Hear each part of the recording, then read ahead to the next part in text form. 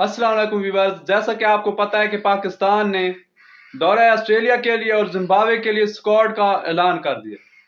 वैसे मैं ज़्यादातर स्क्वाड पे वीडियो बनाते ही नहीं हूँ, क्योंकि स्क्वाड का सबको मालूम हो जो होता है, तो फिर कौन बार बार नाम पढ़ पढ़ के सुनाता रहे, सबको पता चल जाता है। और जे पाकिस्तान ने क्या कोई गजनी टाइप स्क्वाड अनाउंस किया है कि भूल ही जाता है बंदा कि कौन सा खिलाड़ी किस फॉर्मेट में है, कौन सा खिलाड़ी जा रहा है, कौन से मिस हो गए हैं। जो 45 खिलाड़ियों का आपने गैंग जो है वो अनाउंस कर दिया है और बहुत जल्दबाजी में किया है। आपको चाहिए था कि पहले आप ऑस्ट्रेलिया के टूर के लिए करते, फिर आप जिम्बाब्वे के लिए करते, क्योंकि इन्होंने एक साथ तो जाना नहीं है। पहले ऑस्ट्रेलिया की टीम जाएगी, बाद में जिम्बाब्वे वालों का नंबर आएगा ना। लेकिन आपने बहुत जल्दबाजी में सब कुछ कर दिया, साथ में आपने सेंट्रल कॉन्ट्रैक्ट भी अनाउंस कर दिए। और फखर एक ऐसा टॉपिक बना हुआ है, हॉट टॉपिक आप उसे कह सकते हैं, कि फखर के बारे में ना सब कह रहे हैं कि हाय हाय हाय हाय, फखर के साथ बड़ा जुल्म हो गया है, फखर को इंसाफ दो, फखर को दीवार से लगाया जा रहा है, फखर के साथ इनजस्टिस हो गया है। लेकिन मैं आपको बता दूं कि फखर को पहले ही पता था कि उसे सेंट्रल कॉन्ट्रैक्ट से बाहर किया जा रहा है, इसलिए उसने ये ट्वीट किया है, ताकि एक पब्लिक का जो है ना वो सिंपैथी जो है वो भी मिल जाए और पता चल जाए पब्लिक को कि हाय हाय इस ट्वीट की वजह से ये सब कुछ किया। दुनिया क्रिकेट में कोई भी ऐसा खिलाड़ी नहीं है कि आप सेंट्रल कॉन्ट्रैक्ट में हो और फिर भी आप ट्वीटें कर रहे हो। आज से पहले तो कभी नहीं किया फखर जमान ने ट्वीट। बाबर कप्तान था, बाबर को कप्तानी से हटाया गया, शहीन को बनाया गया, फिर बाबर को बनाया गया। इतने हम मैचेस हारे, 2024 के वर्ल्ड कप में हमारी इतनी बुरी परफॉर्मेंस थी, इतने सब कुछ हो गया पाकिस्तान टीम के साथ ही, रोजाना कुछ ना कुछ नया हो रहा होता था। तब तो फखर साहब ने कोई ट्वीट नहीं किया। अब ही ट्वीट क्यों किया है? क्योंकि अब उसे पता था कि सेंट्रल कॉन्ट्रैक्ट से तो मेरी छुट्टी हो गई है। और वैसे भी ना, जो फखर जमान का बहुत फायदा हो गया कि उसे सेंट्रल कॉन्ट्रैक्ट से बाहर कर दिया। क्यों? फखर जमान पहले ही इस उस्मान वाला से बहुत तंग था कि यार मुझे तो एनओसी नहीं दे रहा। तो अब फखर जमान जब सेंट्रल कॉन्ट्रैक्ट में नहीं है, तो इसका मतलब जो है कि फखर जमान अब आजाद हो गए। अब वो कोई भी लीग खेल सकते हैं, अब वो कुछ भी कर सकते हैं। अब वो पीसीबी को इतना ज्यादा जवाबदेह नहीं है जितना वो पहले थे। क्यों? पहले वो सेंट्रल कॉन्ट्रैक्ट का हिस्सा थे, पीसीबी के मुलाजिम थे। अब वो नहीं है, वो अब पीसीबी से कुछ नहीं ले रहे, अब उन्हें सेंट्रल कॉन्ट्रैक्ट ही नहीं मिला, तो अब वो आजाद हैं, वो अब कोई भी लीग खेल सकते हैं। जो है तो फखर जमान के लिए फिर और ज्यादा अच्छा हो गया। तो हम क्यों इतना शोर कर रहे हैं? मैं और भी आपको एक बात बता दूं कि फखर जमान की इंजरी का मसला है, उसकी नी इंजरी है। फखर जमान ने खुद भी 2 महीने का रेस्ट मांगा था। ये भी मैंने उड़ती उड़ती खबर सुनी है, मैंने कहीं पे पढ़ा है। फखर जमान ने 2 महीने का ब्रेक भी मांगा था। साथ में उसे यह भी पता था कि मुझे सेंट्रल कॉन्ट्रैक्ट भी नहीं मिल रहा। साथ में उसने ट्वीट भी कर दी। और ट्वीट क्यों किया, मैंने पहले भी इस ट्वीट के बारे में बताया आपको कि साया कॉरपोरेशन में बाबर आजम, शहीन और रिजवान, फखर जमान ये सब हैं। तो साया कॉरपोरेशन के मैनेजर ने ही वो लिखा था ट्वीट, वरना फखर के पास इतना टाइम नहीं है कि वो कोहली की एवरेजेस निकालता फिरे और उसके स्टैट्स दिखाता फिरे। फखर जमान से सिर्फ ये गलती हुई है कि फखर जमान ने इजाजत दे दी है कि हाँ मेरे ऑफिशियल अकाउंट से आप इसे पोस्ट कर दें, जो उसने खुद पोस्ट कर दिया है। हालांकि वो उसने खुद लिखा नहीं है, उसे लिख कर देने वाला कोई और है। और अगर स्क्वाड की बात की जाए तो इसमें डोमेस्टिक के परफॉर्मर्स नहीं है, डोमेस्टिक के परफॉर्मर्स कम है, चैंपियन का वाले परफॉर्मर्स ज्यादा है।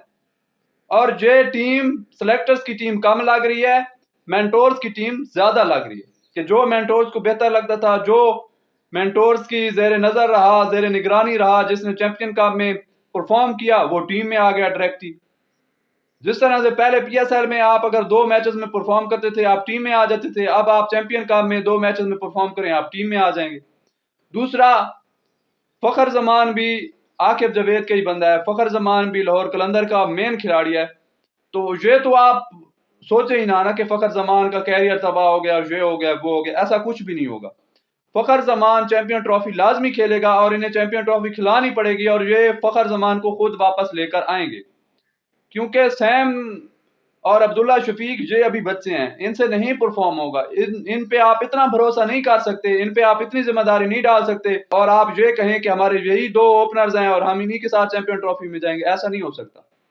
फिर दूसरी बात यह भी है कि जो T20 है ना, उसमें हो सकता है बाबर और रिजवान खुद ओपनर बन जाए, तो उनके पास भी तो अब चांस है ना। फखर जमान वैसे ही एक ओपनर था, वो तो अब है नहीं। इसके अलावा अगर आप स्क्वाड में देखें तो और कोई ऐसा बड़ा ओपनर है भी नहीं। या रिजवान ओपनर है या फिर सैम अयूब, अब्दुल्ला शफीक हैं।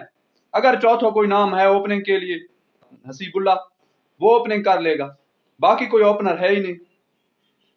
और आकिब जावेद ने पूरा जोर लगाया कि उसने लाहौर कलंदर का कोटा भी पूरा किया। जांदाद भी आ गया, अहमद दानियाल भी आ गया, और एक दो और भी आ जाएंगे। अभी अगर नहीं आए तो वो आ जाएंगे, लेकिन 2-3 प्लेयर जिनको इन्होंने ड्रॉप किया है, जिनको इन्होंने सिलेक्ट नहीं किया, उन पे मैं जरूर बात करूंगा।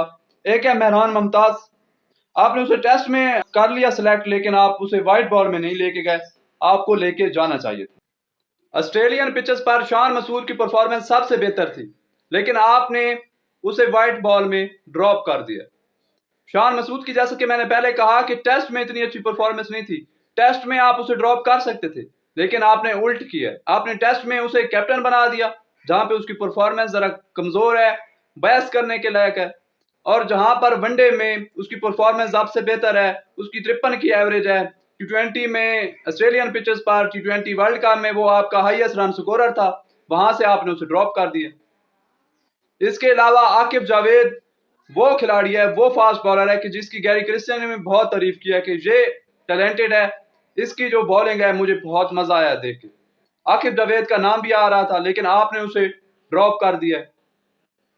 इसके अलावा एक और नाम वो है मोहम्मद हारिस, कि जिसे चलो आप वनडे में अगर नहीं खिला रहे, उसकी वैसे भी इमर्जिंग काम में भी कोई इतनी अच्छी परफॉर्मेंस नहीं थी, लेकिन आप उसे T20 में जगह दे सकते थे, T20 आप उसे खिला सकते थे। मोहम्मद हारिस भी वही खिलाड़ी है शान मसूद की तरह, जो शॉर्ट पिच बॉल को, पिछली लेंथ वाली बॉल को बहुत अच्छा खेलता है और क्लियर माइंडसेट के साथ खेलता है। उसने भी 2022 के वर्ल्ड कप में आपको एक बहुत क्रूशियल मैच जिता के दिया था, उसकी भी ऑस्ट्रेलियन पिचेस पर बहुत शानदार कारकर्दगी रही है, आपने उसे भी ड्रॉप कर दिया। तो ये जो 2-3 लोग आपने ड्रॉप किए हैं ना, ये आपने गलत किया है, इनकी जगह बनती थी। और हाँ, एक और खिलाड़ी भी मेरे जहन में आ रहा है, वो है उस्मान खान, कि जिसने चैंपियन कप में वनडे मैच में बहुत अच्छी परफॉर्मेंस दी। वो वनडे कप था और उसका वो सबसे बेहतरीन आपका विकेट कीपर भी था और आपका टॉप स्कोरर भी था, लेकिन आपने उसे वनडे में नहीं खिलाया, आपने उसे T20 में खिला दिया। जिम्बाब्वे के खिलाफ भी T20, ऑस्ट्रेलिया के खिलाफ भी T20, यानी कि आपने उस पर टैग लगा दिया कि तुम तो सिर्फ T20 के प्लेयर हो, तुम तो लॉन्गर फॉर्मेट खेल ही नहीं सकते। तो ये आपने गलत किया है कि जिस खिलाड़ी ने वनडे में परफॉर्म किया है ना, आपने उसे T20 में रख दिया, और जो T20 में परफॉर्म करता रहे, आपने उस मोहम्मद हारिस को ड्रॉप कर दिया। तो ये सिर्फ पाकिस्तान में ही हो सकता है। और अगर सेंट्रल कॉन्ट्रैक्ट की मैं अगर साथ में बात करूं, तो सेंट्रल कॉन्ट्रैक्ट में आपने कैसी कैटेगरीज बना दी हैं। अगर आपने शहीन को ड्रॉप किया है ना बी पे, तो फिर आप बाबर को भी करें, क्योंकि अगर शहीन की परफॉर्मेंस नहीं है तो बाबर की भी नहीं है, अगर नसीम की परफॉर्मेंस नहीं है तो बाबर की भी नहीं। और दूसरा, आप 4 लोगों की वजह से आपकी बल्ले बल्ले हुई है और आप आज खुशियां मना रहे हैं। वो 4 खिलाड़ी कौन से हैं? सलमान अली आगा, हमारा वाइस कप्तान सऊद शकील, और हमारे 2 स्पिनर। लेकिन आपने सऊद शकील और सलमान अली आगा को दोनों को सी कैटेगरी में डाला हुआ है, आप कम से कम उन्हें बी कैटेगरी में तो जरूर रखें। और जो भी आपके टेस्ट खेलने वाले हैं, क्योंकि टेस्ट है mother of all formats, test असल में टेस्ट होता है खिलाड़ी का, उसकी स्किल्स का, उसकी फिटनेस का, उसकी मैच अवेयरनेस का, सब चीजों का टेस्ट अगर कोई किसी फॉर्मेट में होता है तो वो टेस्ट में ही होता है। आपको टेस्ट के खिलाड़ियों को इज्जत देनी चाहिए थी, टेस्ट के खिलाड़ियों को ज्यादा पैसे देने चाहिए थे, उनकी कैटेगरी आपको इंक्रीज करनी चाहिए थी, लेकिन आपने उन्हें डिक्रीज कर दिया है। और आप अगर सी कैटेगरी देखें तो आपको हंसी आएगी कि एक तरफ हमारा वाइस कप्तान जो है व्हाइट बॉल का, वो भी वहीं पे है, हमारा रेड बॉल का वाइस कप्तान सऊद शकील वो भी वहीं पे है, और साथ में इब्रार वगैरह भी वहीं पे हैं कि इब्रार ने कुछ भी नहीं किया, लेकिन वो भी सी कैटेगरी में है। और सऊद शकील जिसने इतनी क्रूशियल इनिंग खेली, जो वाइस कप्तान है, जो कि आपका बहुत इंपॉर्टेंट हिस्सा है आपके रेड बॉल का, वो भी सी कैटेगरी में। फिर आपने अपने जो व्हाइट बॉल का कैप्टन है उसके साथ आपने लिख दिया कि सब्जेक्ट टू कैप्टनसी, यानी कि अगर कैप्टन है तो तभी बी में है। इससे तो आप उसकी इंसल्ट कर रहे हैं, और इससे तो आप उसके ज़हन में ये भी डाल रहे हैं कि लड़के हम तुम्हारे लिए भी कुछ ना कुछ सोच रहे हैं, तुम्हें भी कप्तानी से हटा दें। तो हो सकता है शान मसूद को भी कप्तानी से हटा दिया जाए, क्योंकि साफ ज़ाहिर आपने साथ में लिख दिया है कि अगर कप्तान हो तो तभी तुम बी कैटेगरी में हो, वरना तुम तो बी कैटेगरी को हो ही नहीं, तुम तो कप्तानी की वजह से बी कैटेगरी में हो। आपने उसको ये ताना भी दे दिया है, आपने उसका ये कॉन्फिडेंस हिला के रख दिया, और ऐसे आप अपने खिलाड़ियों को ट्रीट नहीं कर सकते। अभी आपकी बल्ले बल्ले किस वजह से हुए? टेस्ट की वजह से हुए ना, टेस्ट की जीत की वजह से हुए। तो टेस्ट के खिलाड़ियों को आपको सेंट्रल कॉन्ट्रैक्ट में इज्जत देनी चाहिए थी, उन्हें ज्यादा पैसे देने चाहिए थे, उनकी कैटेगरी को आपको बढ़ाना चाहिए था, लेकिन आपने उन्हें सी में फेंक दिया है। आप उन्हें इंपॉर्टेंस ही नहीं दे रहे। मिलते हैं नेक्स्ट वीडियो में, तब तक के लिए अल्लाह हाफिज।